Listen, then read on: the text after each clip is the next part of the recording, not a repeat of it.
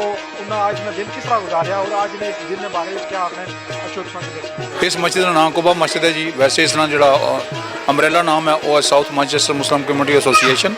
उसके अंडर मस्जिद भी है और कम्यूनिटी सेंटर भी है और मतलब असी सारा जो सिस्टम है वो इसने अंडर चला रहे हैं और अल्लाह ने फजल करम नाल अज मस्जिद जी कंप्लीट भी हुई है। तो असी मतलब कम्यूनिटी माशाल्लाह बड़ा इतफाक और मुहब्बत पाई जानी है और बड़े मुहब्बत प्यार नाल कम चला रहे हैं। और ऐसा मरकज़ असा बनाया कि जिसने विच असा मतलब कि अपनी कम्यूनिटी तो इलावा जोड़े साढ़े गैर मुस्लिम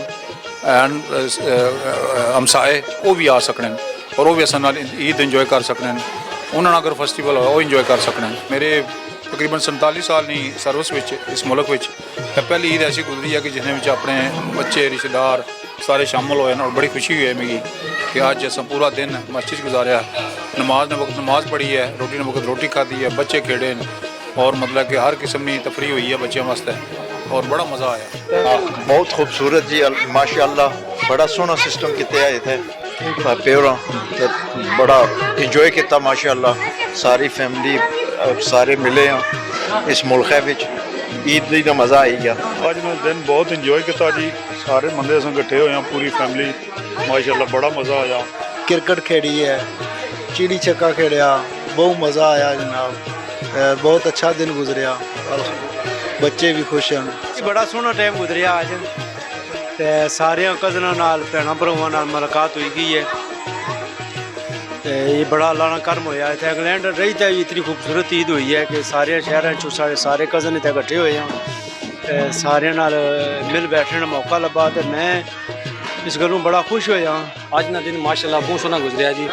असां उत्थों तक ने असां फेसबुक पर कई बंदे स्टेटस लाने सन जी ईदां दा पाकिस्तान ही हैं अपने मुल्क जी। तो इत्थे पहली ईद सी माड़ी तो मैं तो सोचना कोई नहीं फर्क इतना, हाँ थोड़ा बहुत आया लेकिन इट्स नॉट टू बैड, मतलब सेम थिंग ही है। इत्थे भी सारे भैन भरा इकट्ठे हुए हैं माशाअल्लाह मज़ा आया जी। अज का दिन बहुत सोहना गुजरिया, बहुत ज़बरदस्त होया। बच्चियां बड़ा इंजॉय किया।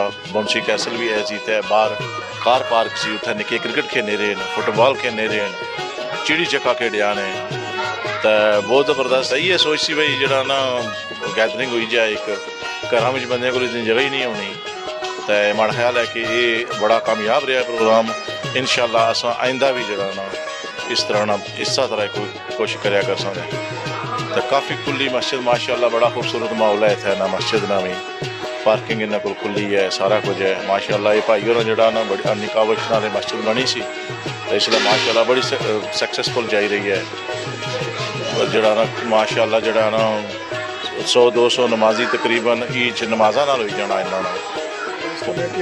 जी कमेटी हाल भी तकरीबन 400-500 बंदा जड़ा ना इत्थे भी कमोडेट हो जाना है। और इन्नी क्लासा उपर जनाब वो भी बड़ा ज़बरदस्त निज़ाम है, बड़े बड़ा खूबसूरत निज़ाम है माशाअल्लाह।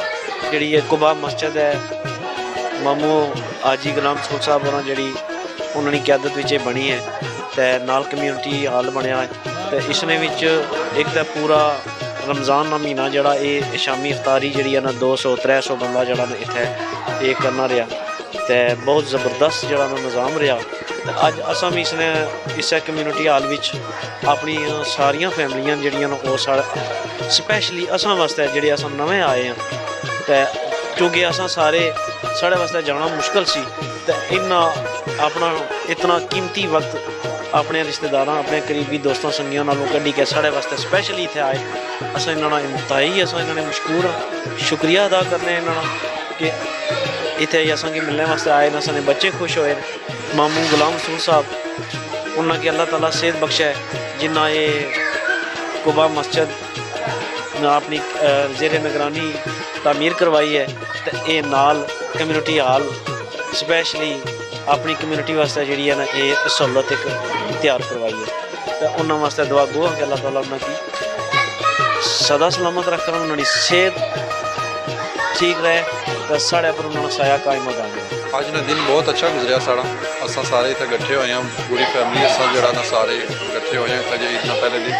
तो इतना अलहमदुलिल्लाह जरा अस कि ਕੁਬਾ ਮਸਜਿਦ ਐਂਡ ਕਮਿਊਨਿਟੀ ਸੈਂਟਰ ਜਿਹੜਾ ਇਹਨਾਂ ਕਿ ਅਸਾਂ ਕੀਤਾ ਜੇ ਸਹੂਲਤ ਫਰਾਹਮ ਕੀਤੀ ਹੈ, ਮੈਂ ਇਹਨਾਂ ਦਾ ਬਹੁਤ ਬਹੁਤ ਸ਼ੁਕਰੀਆ ਅਦਾ ਕਰਨਾ। ਇਹਨਾਂ ਅਸਾਂ ਕੀ ਸਹੂਲਤ ਦਿੱਤੀ ਕਿ ਅਸਾਂ ਮਿਲ ਬੈਠੇ ਹਾਂ, ਇਕੱਠੇ ਹੋਏ ਹਾਂ ਇੱਥੇ ਜੀ, ਤੇ ਸਾਰਿਆਂ ਜਿਹੜਾ ਨਾ ਇਕੱਠੇ ਈਦ ਮਨਾਈ ਹੈ। ਬੱਚਿਆਂ ਵਾਸਤੇ ਕਾਫੀ ਤਫਰੀਨ ਹੈ, ਇੱਥੇ ਮੌਕਾ ਉਹਨਾਂ ਕੀ ਲੱਭਾ। ਬਾਕੀ ਅਸਾਂ ਜਿਹੜਾ ਸਾਰੇ ਇੱਥੇ ਇਕੱਠੇ ਹੋਏ ਹਾਂ ਤਾਂ ਅਸਾਂ ਕੀ ਜਿਹੜਾ ਮਿਲ ਬੈਠੇ ਨਾ ਮੌਕਾ ਲੱਭਾ। ਇਹਨਾਂ ਨੂੰ ਮੈਂ ਸ਼ੁਕਰੀਆ ਅਦਾ ਕਰਨਾ। ਬਾਕੀ ਜਿਹੜੀ ਕਮਿਊਨਿਟੀ ਜਿਨ੍ਹਾਂ ਇਸ ਮਸਜਿਦ ਦੀ ਬੁਨਿਆਦ ਰੱਖੀ ਹੈ ਤੇ ਇਸ ਕਮਿਊਨਿਟੀ ਸੈਂਟਰ ਵਾ ਕਿ ਜਿਹੜੇ ਚਲਾਣੇ ਲਗੇ ਨੇ ਇੰਤਜ਼ਾਮੀਆਂ, ਉਹਨਾਂ ਵਾਸਤੇ ਮੈਂ ਦੁਆ ਗੋ ਕਿ अल्लाह ताला इन्हें की कामयाब कराए। तो इस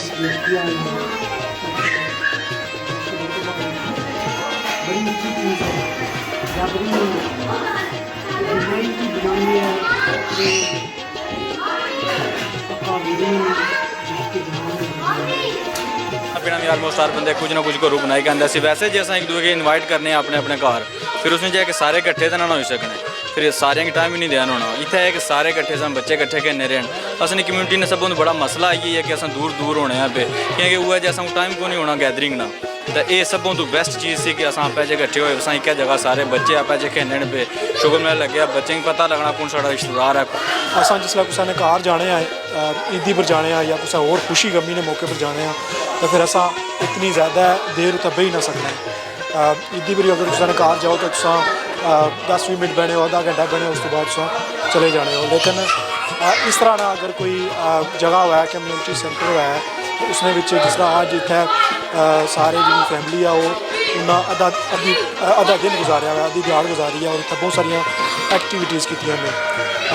ये जी रौनक लगी है ये माशाल्लाह जी फैमिली में सलूक को इतफाक है उसकी वजह नाल है और सारे ने कंट्रीब्यूशन से दुआ करना कि अल्लाह ताला ये सलूक को इतफाक इस तरह दे रखन और ये रौनक मेले इस तरह अगू भी लगे रहे।